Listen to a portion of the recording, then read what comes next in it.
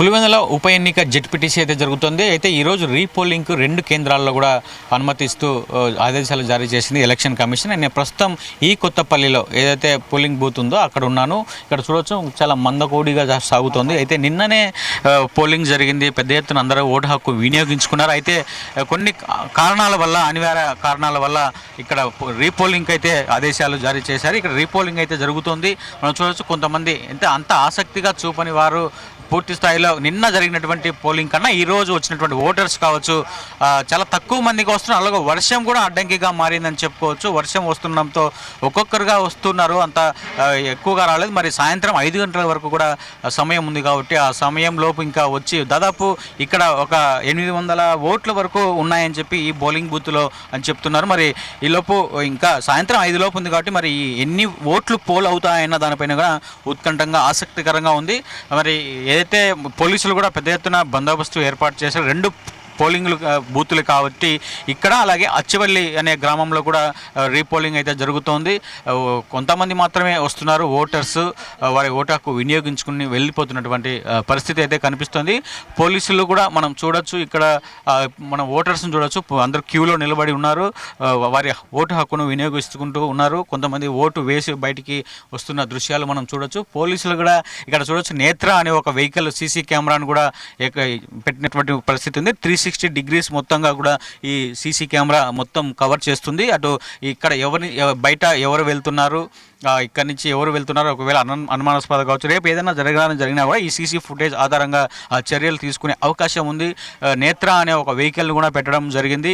అలాగే ఏదైతే 2 పోలింగ్ బూత్లు ఉన్నాయో ఆ పోలింగ్ బూత్లో పెద్ద ఎత్తున పోలీసులు కూడా ఇక్కడ ఉన్నారు.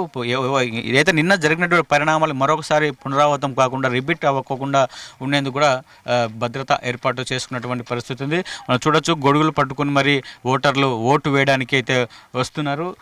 కొంతమంది వేసి వెళ్తున్నటువంటి పరిస్థితి. ఇంకా సాయంత్రం 5 గంటల వరకు ఉంది కాబట్టి ఒకసారి మనం ఓటర్లతో మాట్లాడదాం. అమ్మా, ఓటు వేయడానికి వెళ్తున్నారమ్మా? నిన్న వేసినారు కదమ్మా ఓటు మీరు? నిన్న వేయలేదా? అవునా, ఓకే. నిన్న వేయలేదు ఓటు, అందుకు ఈరోజు అమ్మ ఓటు వేసినారు?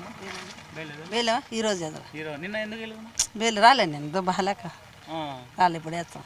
ఓకే, నిన్న ఓటు వేయలేదు కాబట్టి ఈరోజు రీపోలింగ్కు వీళ్ళు వినతి ఇచ్చినటువంటి పరిస్థితి ఉంది. ఆ నేపథ్యంలోనే ఇక్కడ ఓటు అసలు ఎవరు కూడా ఉపయోగించుకోవాలి. అయితే కొంతమంది మహిళలు కూడా వస్తున్నారు, ఓటు హక్కు వినియోగించుకొని వస్తున్నారు.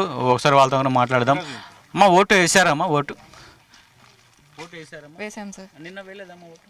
నిన్న వేసినాం సార్. మళ్ళీ ఈరోజు కూడా రీపోలింగ్ జరుగుతుంది. చాలా సంతోషంగా ఉంది సార్.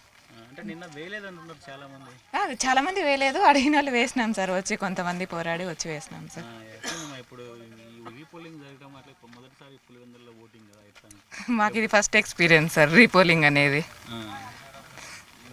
మొదటిసారి మేము రీపోలింగ్ అనేది ఫస్ట్ టైం చేస్తున్నామని చెప్పి కూడా చెప్తున్నారు. ఇక్కడ చెప్పండి, రీపోలింగ్ ఇంతవరకు ఎప్పుడే కానీ చూసలేదు సార్. ఇదే ఫస్ట్ సార్ చూడండి. పుట్టుంటే రీపోలింగ్ అంటే కొత్తపల్లి గ్రామానికి ఇదే సార్. నిన్న ఓట్లు జరిగినాయి కదా, నిన్న కూడా పోలింగ్ జరిగింది కదా, ఓటు నిన్న వేయలేదా? వేయలేదు సార్. నిన్న ఎందుకు వేయలేదు? నిన్న అన్ని షిప్లు వెనక్కి తీసుకున్నారు, పంపించేసినారు. అటు అందరూ పెరుక్కున్నారు, షిప్లు పెరుక్కున్నారు, పంపించేసినారు. ఈరోజు మళ్ళీ షిప్లు ఎత్తులాడుకొని అవసరం పడకుండా పనులు జారీ చేసి నిన్న ఈరోజు బంద్ సార్. మరి ఈ రోజున వేసినారా మీ ఓటు మీరు? వచ్చినాం సార్, వేసినాం సార్.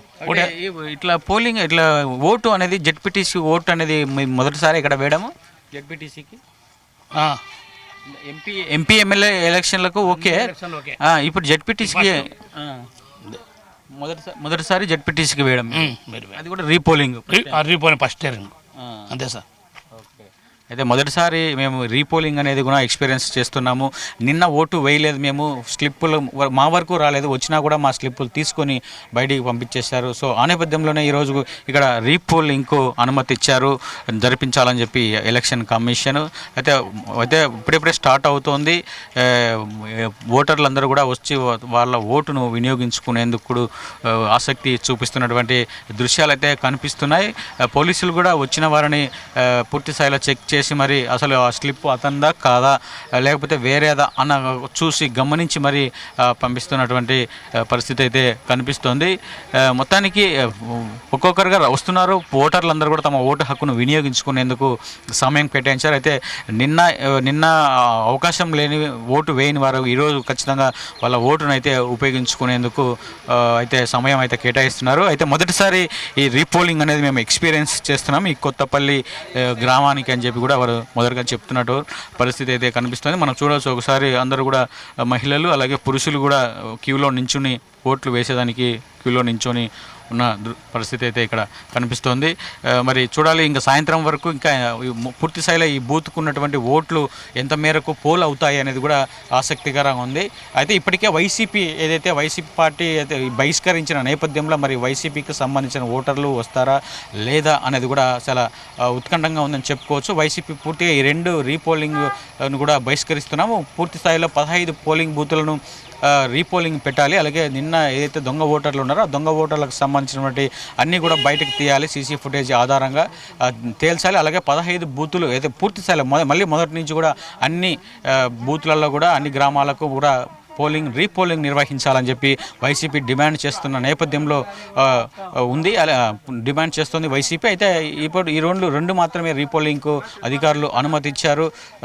మనం చూడవచ్చు పోలింగ్ జరుగుతోంది, ఇంకా ఓటర్లు వస్తున్నారు. అయితే వర్షం కారణంగా కొంతమంది మందకోడిగా సాగుతుందని చెప్పుకోవచ్చు. సో ఇది ఇక్కడ ఉన్నటువంటి తాజా పరిస్థితి.